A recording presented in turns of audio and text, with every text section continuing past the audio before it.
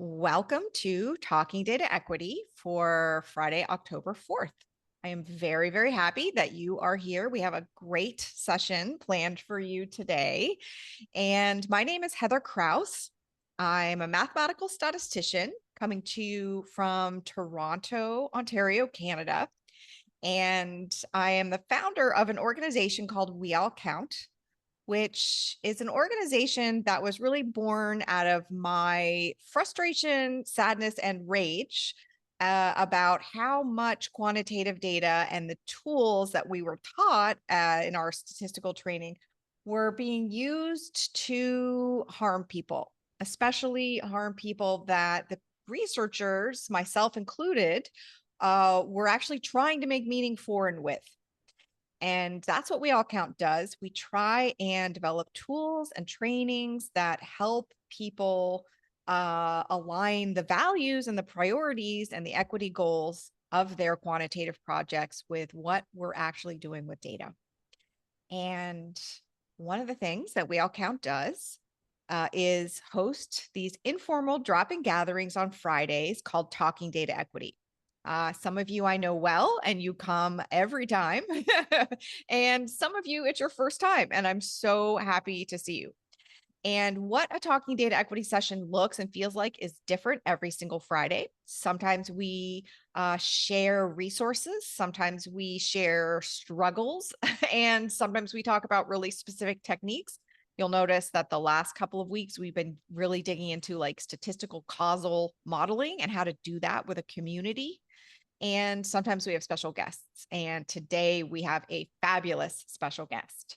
So I am going to waste no more time talking and introduce you to our special guest. And it still blows my mind that they're here with us live. And after I do the introduction, then I'm going to turn it over to the special guest who's going to share their screen, share some stories, share some examples. And while that part is going on, we ask that you keep your microphone turned off. And if you want to ask a question or make a comment, do that in the Zoom chat. And you can Zoom chat to everybody, or you can direct message me if you want to ask a question or make a comment privately. That's fine. My name is Heather Kraus. And then afterwards, we'll have time for live Q&A. So that's when, if you want to turn your mic on, ask a question directly or have a conversation, that's the part of Talking Data Equity that we're going to encourage you to do that. All right. So enough about the logistics. I am so excited to tell you that we have with us live today, Dr. Robyn Autry. And yes, Dr. Autry is a sociology professor and the director of the Center for the Study of Public Life at Wesleyan University in Connecticut. She has broad interests in racial identity formation, Blackness, collective memory, and the politics of beauty. Her research on public representation of racial violence has appeared in several edited volumes and journals, including Theory and Society, Social Identities, Theory, Culture, and Society, Visual Culture, Museums and Society, and Contexts. She's the author of Desegregating the Past, The Public Life of Memory in the US and South Africa. And she was the 2020-2021 Mellon Public Humanities Fellow right here at the University of Toronto. She writes regularly for MSNBC, and her other public writings can be found at CNN, The Atlantic, Black Perspective, Salon, Eon, NBC News, Public Seminar, and Psyche. And great news, she is currently completing her second book, which is called Supernatural and Other Alternatives to Black Authenticity, about Black life as a site for staking and challenging claims of authenticity in the US. And I first came across Dr. Autry's work in some writing and speaking that you did when Ketanji Brown Jackson got instituted in the United States Supreme Court. And I thought the ideas that you were sharing at that time were amazing. And then I saw again your writing on the pros and perils of the changes that the United States is either contemplating making or actually making in terms of how they collect race and ethnicity data. And it was so much better than most of everything else that I was reading that this is why I literally did whatever it took to see if we could get Dr. Autry Robyn to spend an hour of her incredibly busy time with us. And this is like a pinch me moment. Thank you so much for joining and spending this hour with us. Let me turn it over to you. Thank you again, Robyn. Great. Thank you for that very kind introduction. I am really happy to be here with all of you. Thank you for taking your time this afternoon, or whatever time period, time zone you're in, to hear some of my thoughts about the latest changes in racial categories in the census.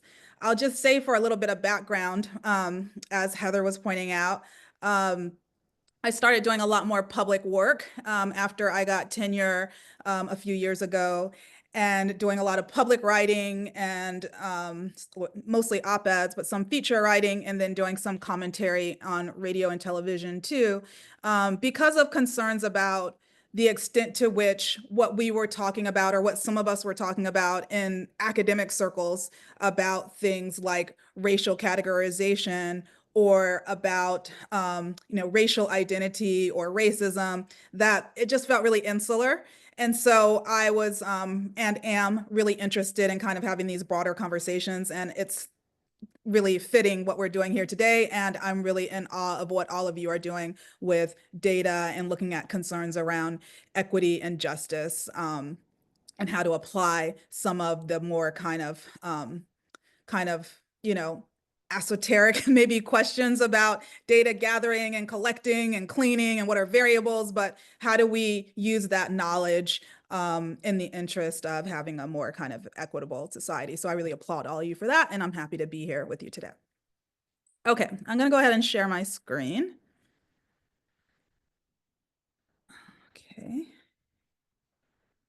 That worked, right? Everyone can see my slideshow? Okay. Um, So what I'm going to be focused on today are these changes to the racial question in the census. I'm going to be looking mostly at the recent changes, but I want to situate it within what has been an ongoing project of changing this racial question, sometimes a racial and an ethnic question. All of these boxes that are crossed out on this initial slide are from, I think it's the past 60 years, of every biennial, there's some kind of shift, some kind of change that's in the race question. And it's actually not just for the past 60 years. It's changed every year since the inception of the US Census. It's just constant tweaking. And that raises all sorts of questions about what are we really counting in the first place? How do we look at data over time? And I have written about the way that statisticians, maybe some of you, the way that researchers, the way that the census, the work that goes into trying to make the data comparable, and how at some point it can seem like it's more about the data than it is about actual people's lives. And you start to lose a sense of, okay, is this really matching up with anyone's actual lived experience? Or is this a lot of data manipulation and we're just having like fun with numbers? So that's what this talk is about. Um, I'm going to be looking at these two changes. There are other changes in the latest census too, which I will mention, but I'm going to focus on these two. So I myself am a cultural sociologist.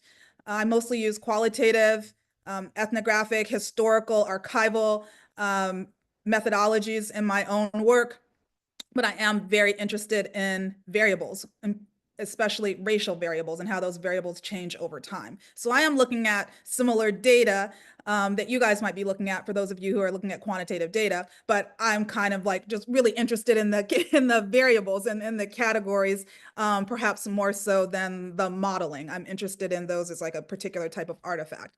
And I got interested in that in graduate school. And I've kind of continued doing work on it, even as I've kind of branched out and done work on collective memory and then also the kind of politics around attractiveness and beauty.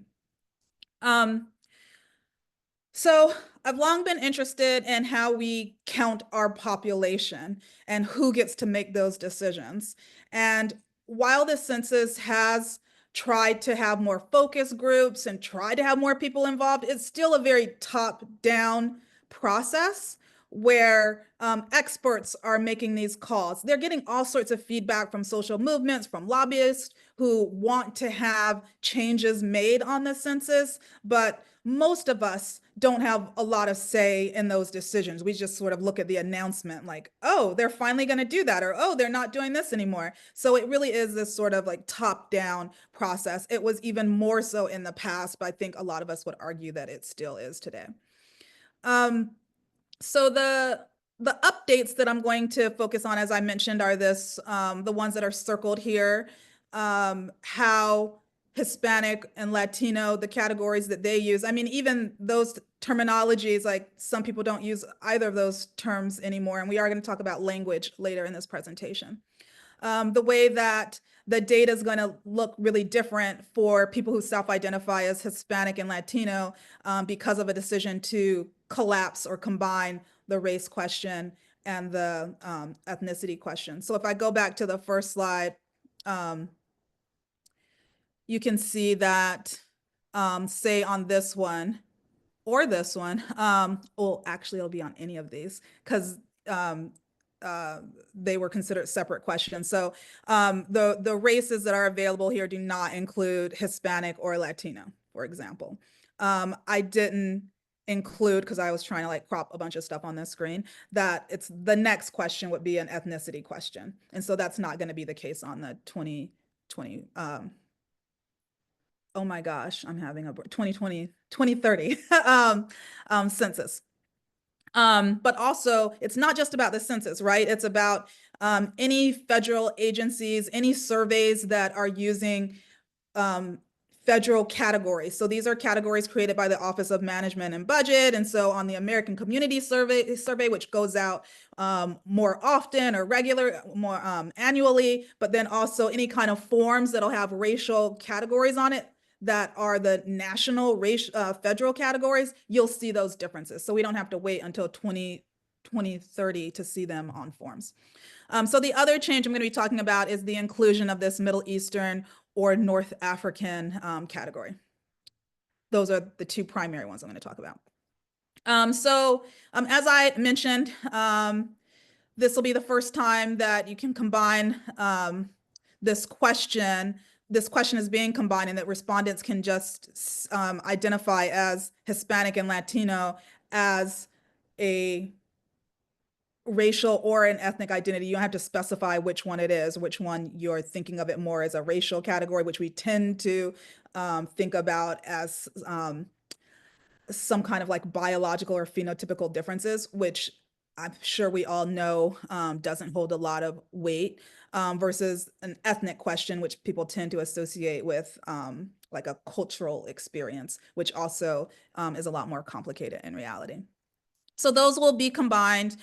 So there'll no longer be this outcome of, at least with the US data for a while now, of having an outcome of people who selected Black or white, not Hispanic, or white plus Hispanic. There was a real effort to be able to delineate, well, this person is white, but they also check this Hispanic or Latino box and kind of being able to distinguish them from other white people, and the same with the other categories. So that's not going to be the case.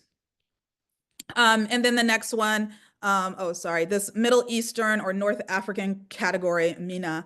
So this group includes those, and this is what's listed, right? So we might have differences in our mind when we look at that form in terms of who we think ought to be listed, but who the census will list is the countries of like ancestry: Israel, Iran, Egypt, Syria, Iraq, Lebanon, Algeria, Kurdistan. Um, there's some other countries that are left off here. I'm sorry, like Morocco. Um, so previously, these individuals were most likely to select white, like, or at least historically, that's what was being done. And there's a context for that.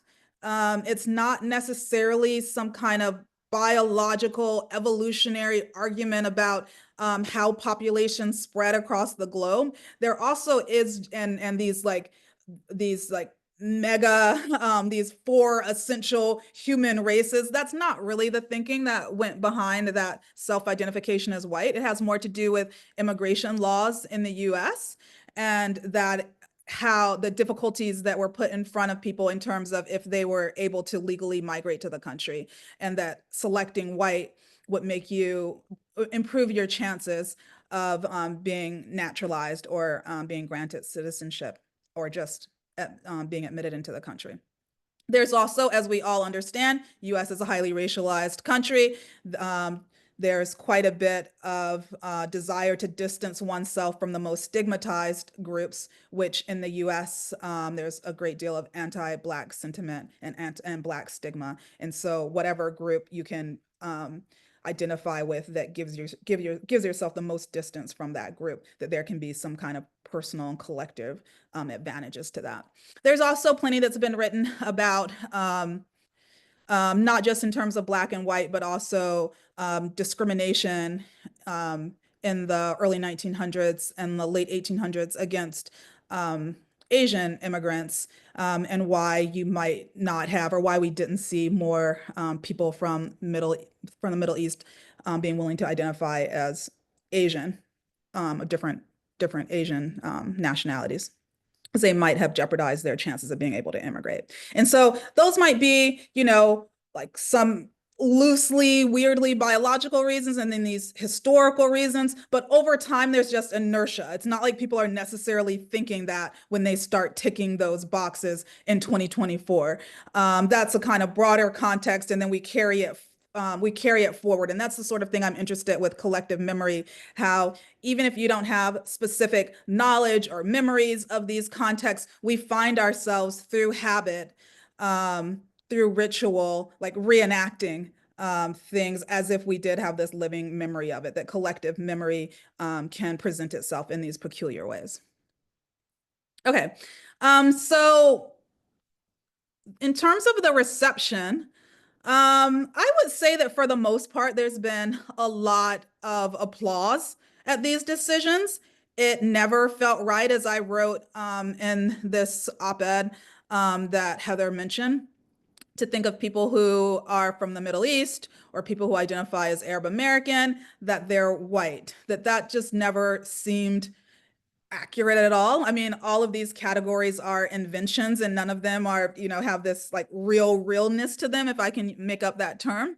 But it's always seems sort of obvious that these are not people who are having the experience of a white person in the US. They're not being seen that way. They're probably not being treated that way for the most part, and that it's a really distinct identity. And certain periods made that all the more clear, say post 9/11, that it became really clear that there was a difference in treatment in the media and in just on the streets in everyday life.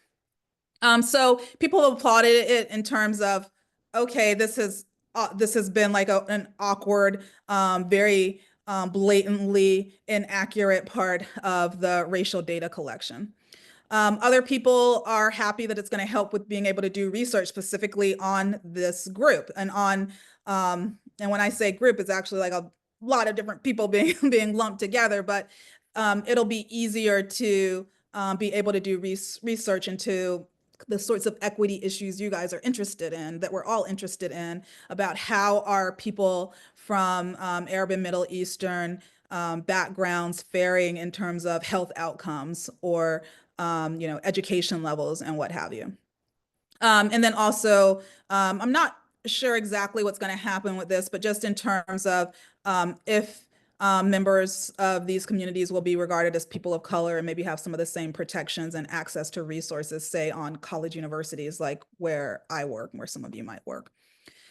And just having a more diverse understanding of the national population of like who is here, and being able to speak to and identify more of the variety in this country that's always been here. So some of the concerns, the first one I want to point out that was most striking to me when I was writing my op-ed was this statement that was released by the Arab American Institute that does appreciate and recognize this change as a positive change, but expressed a real concern about Black Arab American experience and how those individuals are probably, because of the way that racialization works in the US, they're probably going to feel compelled to tick the Black box more than the Middle Eastern or Arab box.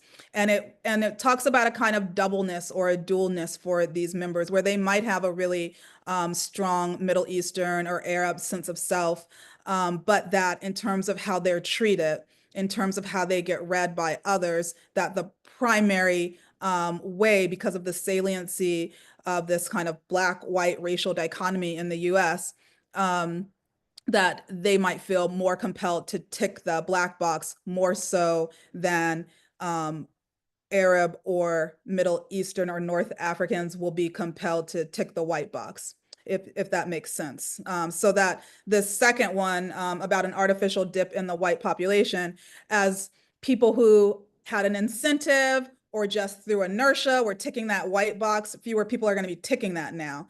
There's probably not going to be a quote artificial swell in whiteness or in Blackness. And so there's always this sort of like preoccupation with how large and small the white population is in the US. And so even with the changes that were made in 2020, there was a lot of there were a lot of news stories about whether the white population was shrinking, but it was really that people were able to select more boxes, or it wasn't like nothing was happening necessarily differently in terms of the actual people. It's all these like, accounting practices. I know accounting is not the right word, but I just want to say that because I like that it fits in a way with how I'm thinking, and that the way that we can then respond to those impressions and those news stories. And a lot of people did run with it politically, like there's this crisis. And we can even think about when is it a crisis and for whom, when a population is shrinking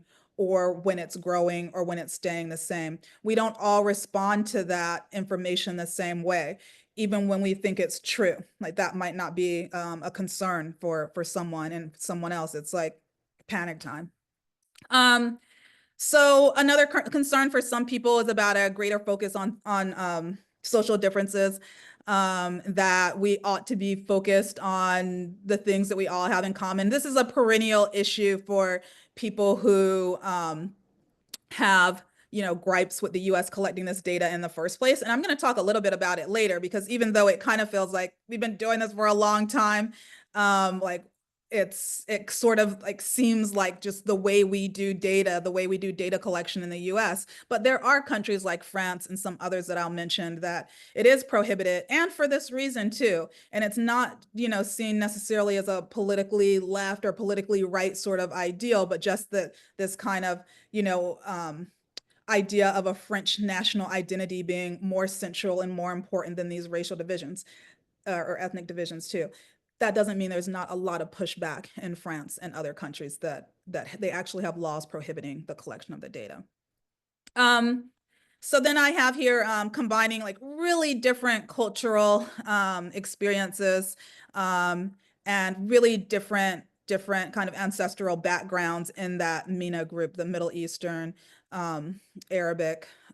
It's just Middle Eastern. I keep adding Arabic. It's Middle Eastern or North African, which I'll talk about a little bit too, about how some people were disappointed that it doesn't include the word Arab. But even if we look back to this one with these countries here, which again, this list is not full. It includes these, but this is not the entire list. these are really different histories, really different politics, really different places. And so what does it mean to lump them all together? Um, that's not really new. A lot of the census categories, like the Asian category, there's wild diversity and like really, really different histories and experiences that all get lumped together as Asian. And then people have an option to like specify more specifically, um, um, you know, when they click on these broad boxes, including for white and black. That hasn't always been the case, but like I could say Nigerian American, for example, or Caribbean American as a person who also self-identifies as Black. And then last, I do want to also say down here that some people really liked having the two questions separated, and they're concerned about a kind of conflation of race and ethnicity. I mean, they're both like, constructs, but for some people, there was a useful difference between the two. That one is about a shared cultural identity. There can be a shared language, shared kind of communal practices and traditions and stuff that would get and like music that might get associated with ethnicity more than race.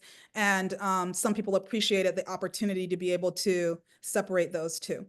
But again, there are all these contradictions and inconsistencies because even though people might have appreciated that, some people for the quote Hispanic Latino question, of course, that's also true, let's say, for whiteness, for people who self-identify as white, but it's also really important to them that their family comes or hails from Ireland or Germany or something. And are those ethnicities for them, especially the people who try to uphold traditions and holidays and the foods that they eat, do those operate as a kind of like a white ethnic identity in some way?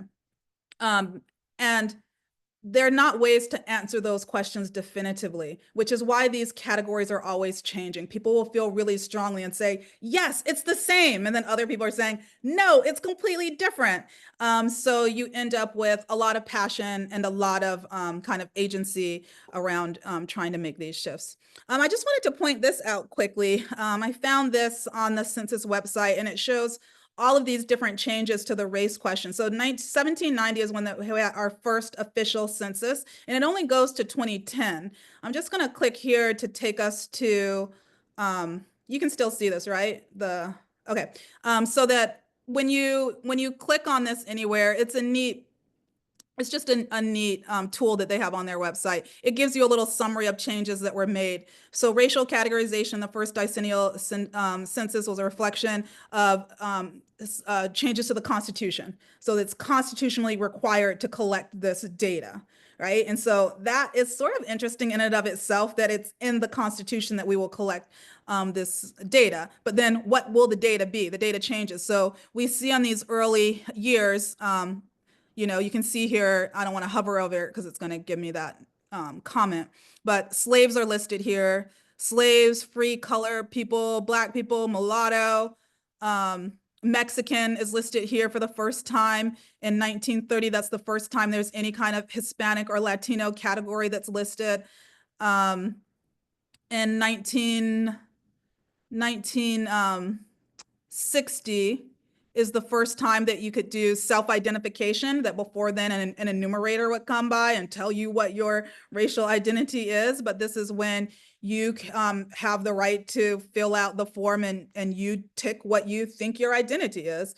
And every 10 years, there's millions and millions of people that change their mind, that tick a different box in 2000 than they do in 2010 than they do in 2020. And the almost half of those people who do that also identify as Hispanic and Latino. So it just goes to show how uncomfortable that race question and then the ethnic question is for a lot of people, and not for all of us uniformly. For some people, it's more awkward and more difficult, and people are like trying on different categories almost and trying to see which ones fit a little less uncomfortably.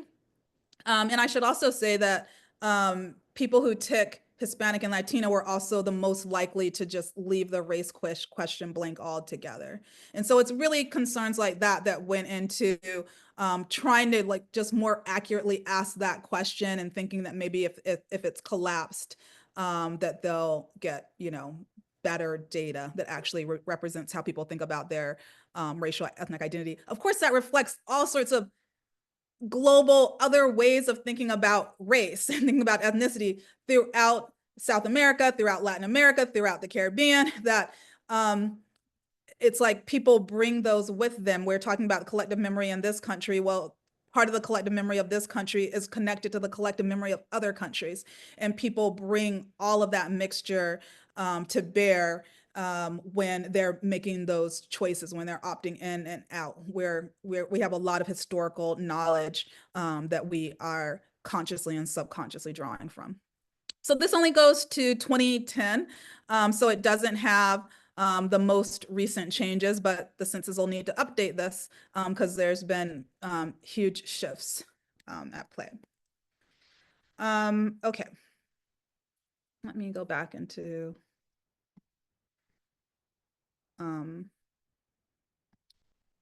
slideshow. Sorry about that.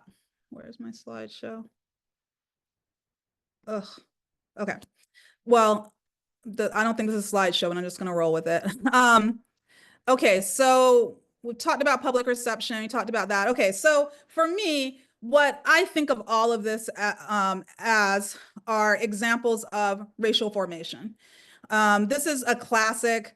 At this point, a lot of you probably heard of this. Maybe you've read the text. This image right here is it from its second edition. But there are, I think, maybe 4 editions of this. So Racial Formation in the United States by Michael Omi and Howard Winnott.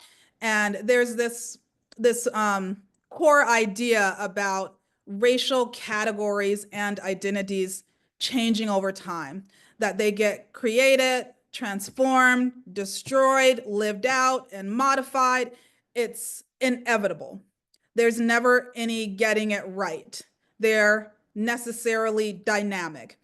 And so Omi and Winnott were really interested in how that happens in the US because there was a very racialized society. My own work, some of it is in South Africa, which is another example of a country where racial identity and racial categorization has massive consequences, certainly in the apartheid era and the colonial era, but even now still there's all this fiddling with those racial categories, not quite as much as in the US, but there's definitely a lot of contention around them, even if the categories themselves don't shift as much as in the US.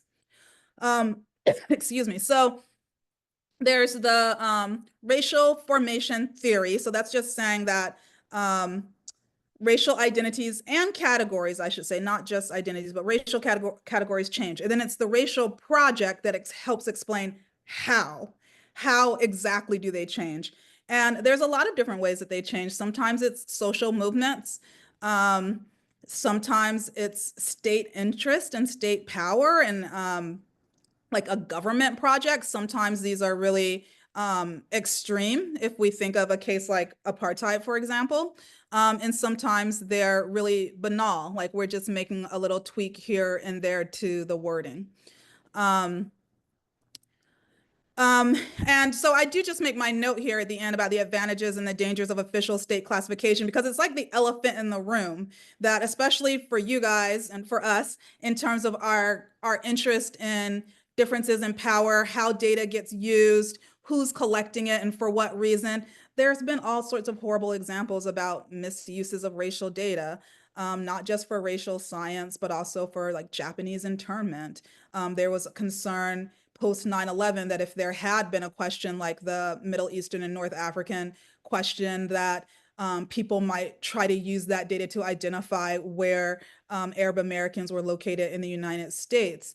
It has been used for concerning issues. And so that's why it's always like a two-sided thing. Like a lot of interest groups put a lot of time and money and effort into getting onto the census. And I'll talk about some more efforts. But then there also is kind kind of a concern about like what does it mean to be visible and to be counted in that way. There's advantages to it, but then there can be some risks as well.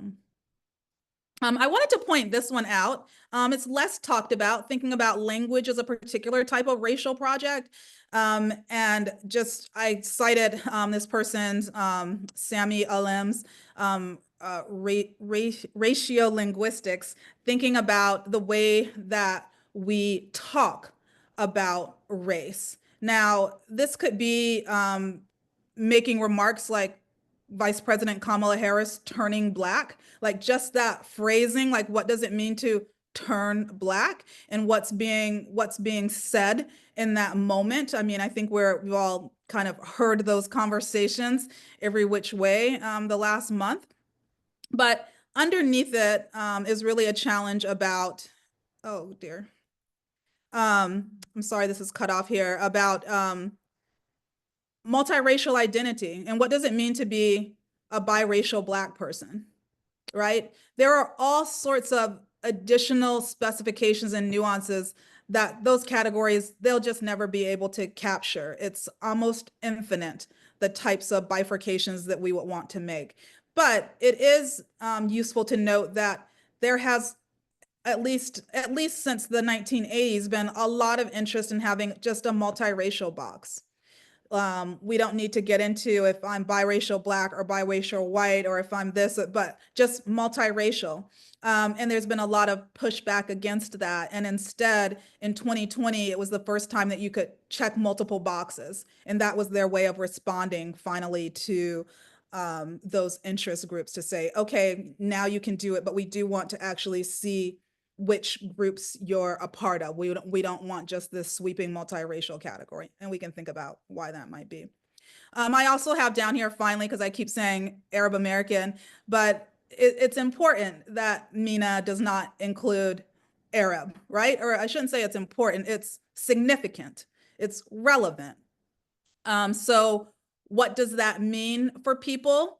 What does it mean to not make a shared language, say speaking Arabic or coming from a family that speaks Arabic, even if you don't, having grandparents that do or did, but not making that a central feature of that category.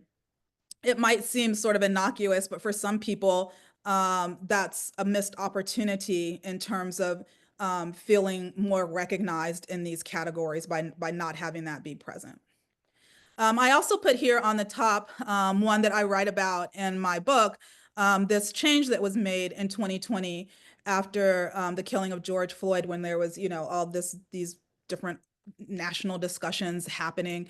And one of them led to this decision, at least, I'm not sure about in Canada, but certainly in the US, not in some parts of Europe, but to capitalize Black. And at the same time, there was a deliberation of, well, should we capitalize white too? And then thinking about what's the difference between capitalizing Black and capitalizing white in the US? Who's asking to capitalize white in the US other than people who might be a little uncomfortably, for some of us, fond of like whiteness and of like white power? Like those are the people who tend to capitalize the W already. So it would be a way of kind of affirming and taking on a linguistic habit of people that many of us find objectionable and highly like racist and offensive. So the idea was then, okay, we'll leave that to the side because there's not a swell of people other than extremists who are asking for a capital W or who are already capitalizing W, but there is this interest in capitalizing Black among some, obviously not all Black people, but to really dignify, as Doreen St. Felice writes in the New Yorker, to dignify and to recognize the specificity of an experience and to give it that capital B the way that you would give French or English that capital letter. Of course, we could also say the same of whiteness, that there is a shared kind of white cultural identity with all of its variations. But like I said, it's just a different politics around doing that capitalization. But I think that all of those decisions are ones that look kind of minor, but they're really consequential. And some people still don't even like this decision to capitalize the B in Black, and like kind of hold off trying to do it. And we can even think of things like how it becomes part of our programming, in our word processing programs, or when we're texting and everything, whether or not that's going to automatically change to be like, I'm just really fascinated about that sort of thing, about how those decisions will like pop up. And now it's kind of not even your decision, because now in terms of making the auto correction, it's going to do the thing that has been accepted as the appropriate change. So you have to make the additional effort to go back and make it lowercase if you want to. Okay. So with that in mind, I wanted to point to these other changes, with the Office of Management and Budget's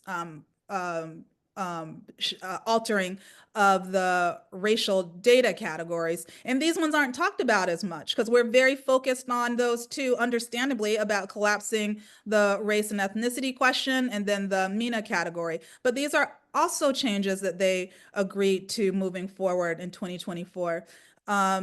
I'm sorry about the typo. Negro has been removed from the Black and American list. That's a term that's incredibly outdated and for some people really offensive, but it's been on there for a while, but it's not on there now. Spanish origins is no longer listed for people who speak Hispanic or Latino language, and it would kind of say that the person is of Spanish origin. It won't say that anymore. It's just going to go with Hispanic and Latino. Far East is a term that had been used for a few censuses. That's been replaced with Central and East Asian. There was this other category, Native Hawaiian.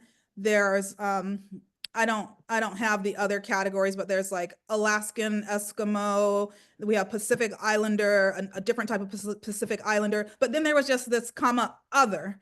And most people don't like being the just comma other.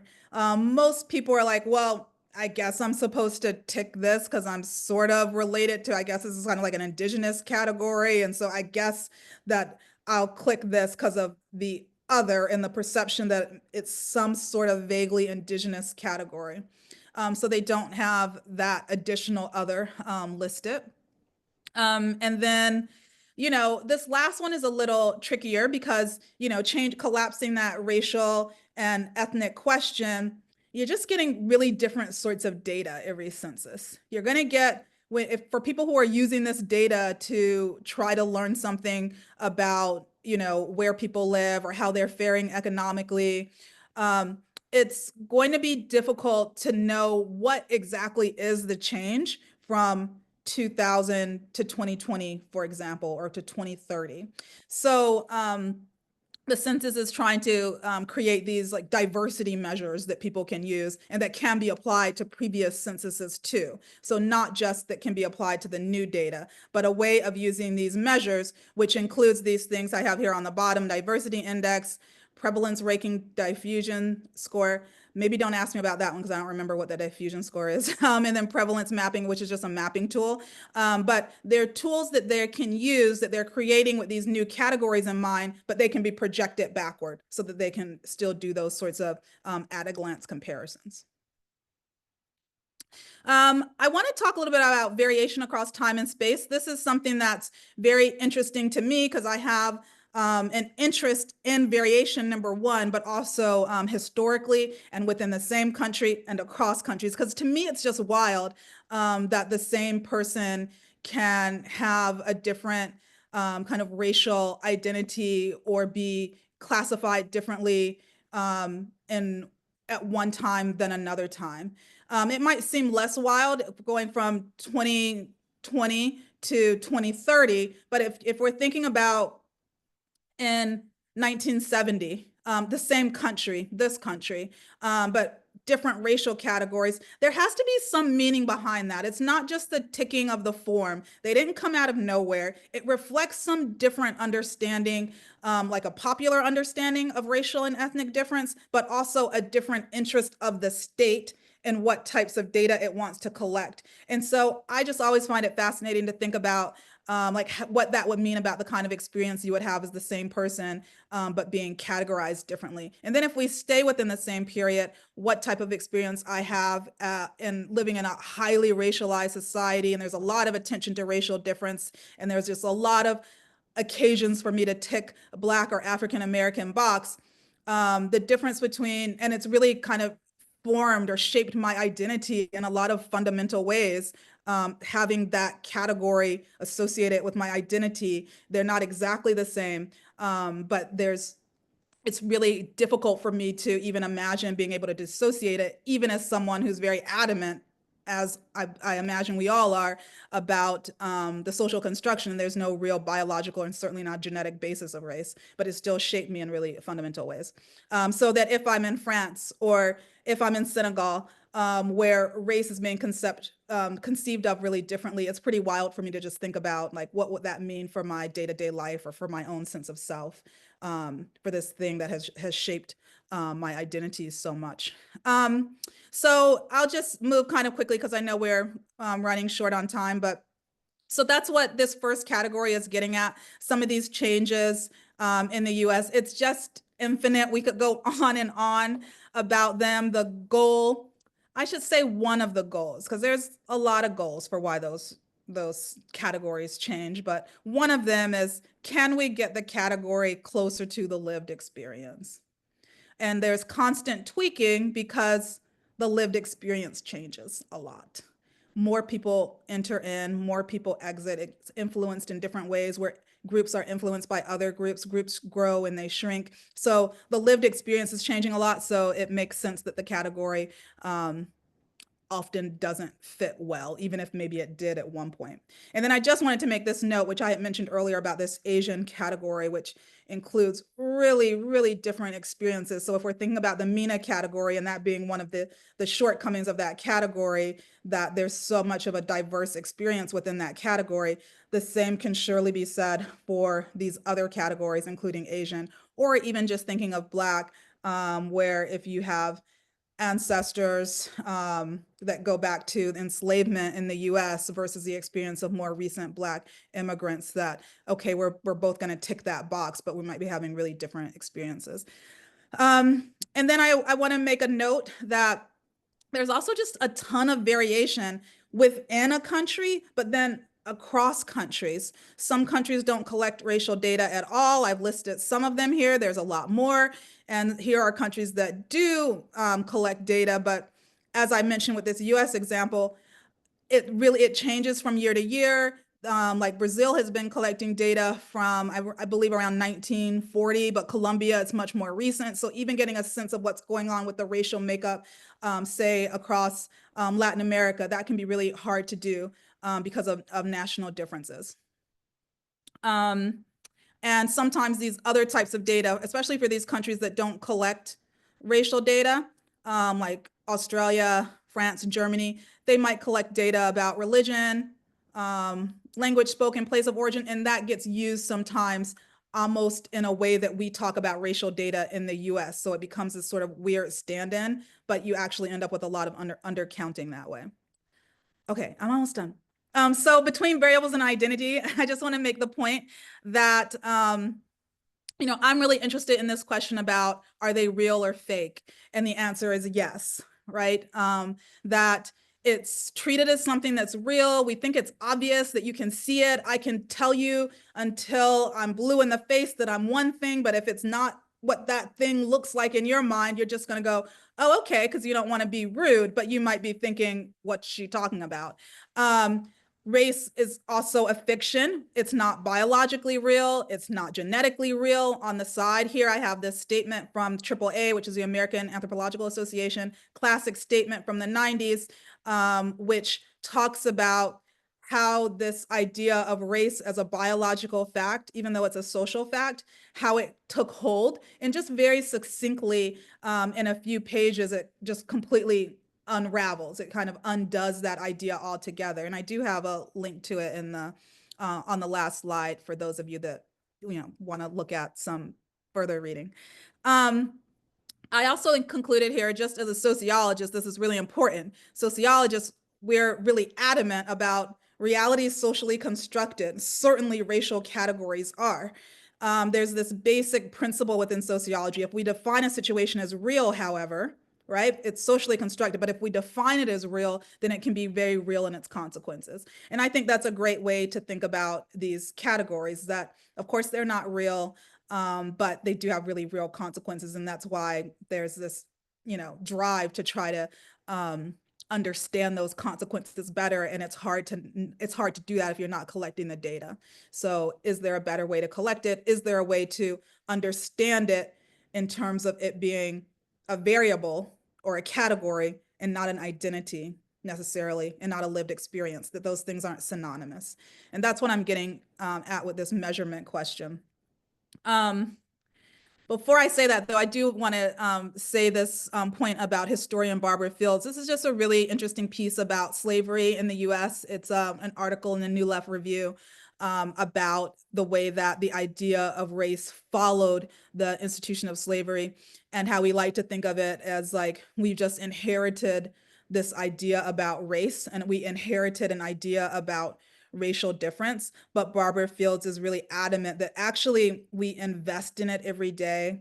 We reinvent it, we repurpose it, we reuse it. It's not just this burden that we have from the past. We keep it alive. So, and we do for a lot of different reasons, because it is hard to imagine. There's this duality of, well, if we didn't keep collecting and using the data, then how do we address these inequities? But the issue has to do with this last point here about measurement problem, and what it means when we conflate the data we're collecting with people, and when we conflate the data or the variable with the identity or with the lived experience. Someone, Chukwufu Zuberi, at Penn, I think he's still at Penn, is really and the head of their demography and population studies program, and sociologist, writes about the dangers and the pitfalls of doing quantitative work with race and assuming that you're saying something about people's actual lives rather than you're tracking these broad trends about inequities, but always needing to have a sensitivity to the way that this gets lived out really differently than it might look in the data for people, because of all these weird shifts and changes to how data is collected, how it's cleaned, how it's measured, and so forth. There's also this issue about who gets left out. Still, plenty of people still get left out. I just wanted to make a certain point here about LGBTQ communities, that there's no LGBTQ or gender or sexuality question. There's a sex question, male or female. Even that, you just get a binary. There's a push to add an other or a trans or a non-binary, cisgender. Same-sex relationships are on the census for the first time, but there are people who feel like that's a core part of their identity, and when they don't see it on the form, they feel like something's missing. So to the whatever is your core identity, people kind of tend to have a desire for it to show up. But then in addition to that, when it doesn't show up, again, it's harder to track things like the performance, the outcomes of trans communities or of LGBT communities, and like how they're faring socially, politically, economically. It's harder to do that, and people end up creating their own like alternative surveys. And then I already made this point about distinguishing variables from identity. So I'll leave it there. I just have these are some of my favorite pieces. There's tons of stuff I'm sure you guys know and would have a lot to add to this list, but these are some that I find myself going back to again and again that have really formed, helped shape my thinking on this topic. So thank you to all of you. Sorry about going a little over. No problem at all. It was great. Thank you so much, Robyn. Fantastic presentation. I really, really appreciated how you gave us some of that background context and also brought some of that international context.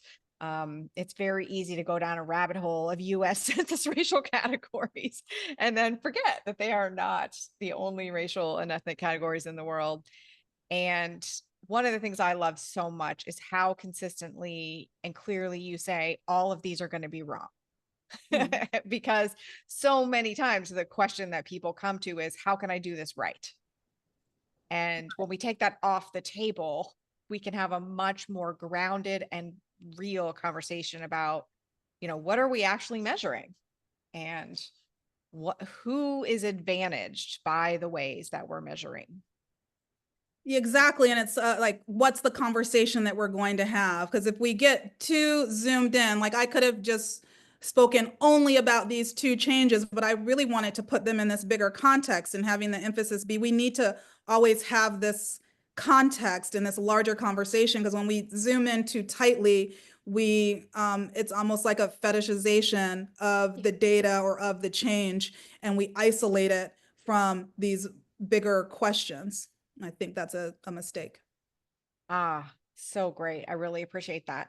I'm gonna ask you one more question, which is kind of a culmination of some of the questions from the chat for our last couple of minutes. And there's a really strong agreement with how clearly you're able to put into words that these are not identities. We're maybe trying to move it closer to identities, amongst other things we're also trying to do when we switch around these categories, or when these categories are switched around. I really liked how you started from the top down thing. And so the question is, do you think there would be value in stopping calling these racial identity categories and switch to something that's closer to, like, I think you said in your talk, how the state sees us, like administrative categories, or just really get the word out of, because I know there's the word identity is usually in the question, it's usually in the variable name, it's usually in the narrative in the reports. If we stopped using the word identity in relation to these categories, do you think that there are advantages to that, or do you think that that's just more like gaslighting? I think that there's definitely advantages to it. It's hard to do. Like my knee-jerk reaction is yes, they're different. Separate the category, this administrative entity, separate it from the identity, which is this more subjective, qualitative experience that we're having as individuals. But the thing is that qualitative, subjective experience, it is kind of shaped by that administrative category, and so I wouldn't want to um, Mm-hmm. um Mm-hmm. like have a too much of an artificial separation and distinction between the two. Like I don't know how Right. much of the racial identity thing we would have if we didn't have the category thing, or I don't know how much of the category we Right. would have if we didn't have the identity thing. So I think that's important to, I think it's a good idea Mm. though. So it's like, how do we talk through that more? One thing that sociologists do is sometimes talk about asserted and assigned identities. We hear about assigned sex. We don't tend to hear about like assigned racial membership, but that is something that is part of the literature, that there's what's on my birth certificate. Mm-hmm. In terms of the options that administrators, whoever was filling that certificate out at the time, had to choose from, and that Right. is assigned. I have no say in the matter. However, as I get older, I might understand that category that I've been assigned to and that a lot of people see me as that, but I kind of make it my own.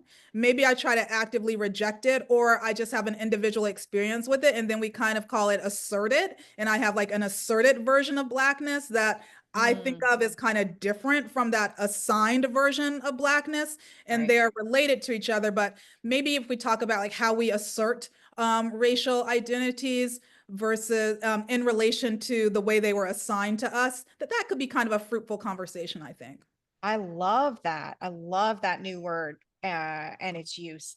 That's such a great suggestion. I really, really appreciate it. We have to leave it there.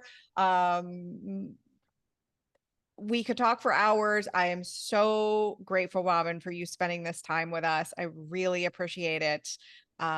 We will definitely be all following your work and pre-ordering your new book. And for all of you who are joining us today, just another programming reminder, we are not having Talking Data Equity next Friday because it is Canadian Thanksgiving. So I will not see you next week. But I will see you a bit later in October. And thank you so much for being such an important part of our community. We wouldn't get to invite guests like Robyn and her amazing presentation if you folks didn't come and hang out with us. So thank you so much. Have a great rest of your day, and I'll talk to you guys later. Thanks, everyone. Bye-bye. Bye.